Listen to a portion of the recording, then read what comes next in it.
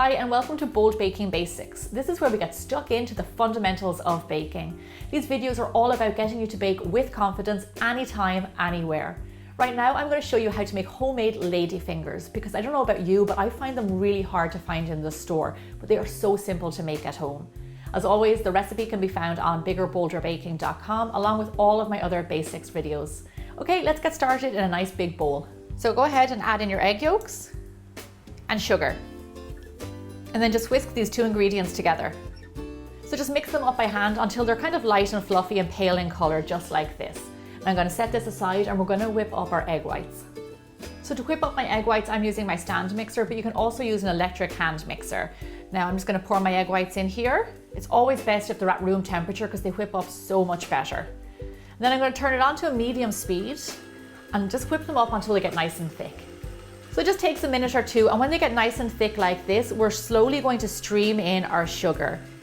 And then just let it keep on whipping as you add your sugar. Adding the sugar slowly means that you've got a much fluffier, lighter meringue because more air is getting in there. And then once the sugar is in there, whip it up for like another minute or so, and then it's done. So there you go. It's always a good sign when your meringue doesn't come out of the bowl and land on your head, so this is perfect.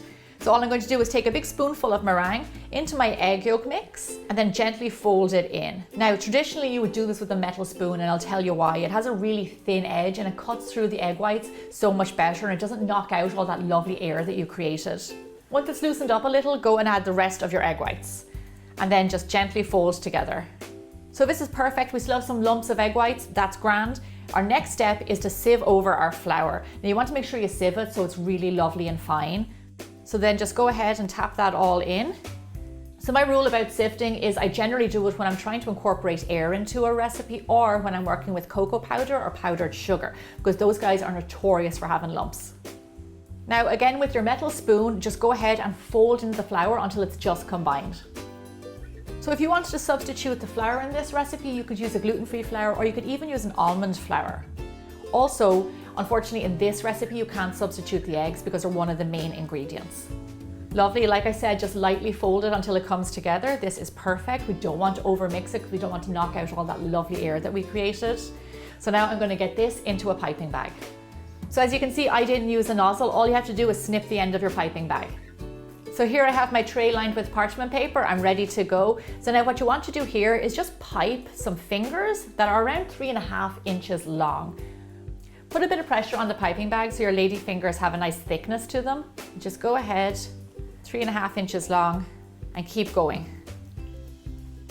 So I don't know about you, but when I've done tiramisus here, I've spent hours running around shops trying to find lady fingers until it hit me one day, Gemma, make them, they're so easy. Also, the results are really amazing.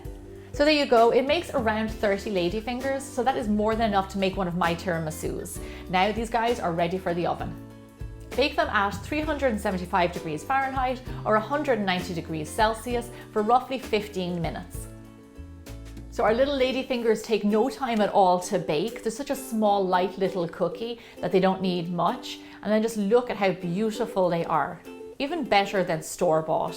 And people often ask, are they supposed to be crispy? Are they supposed to be soft? These are a little bit crispy.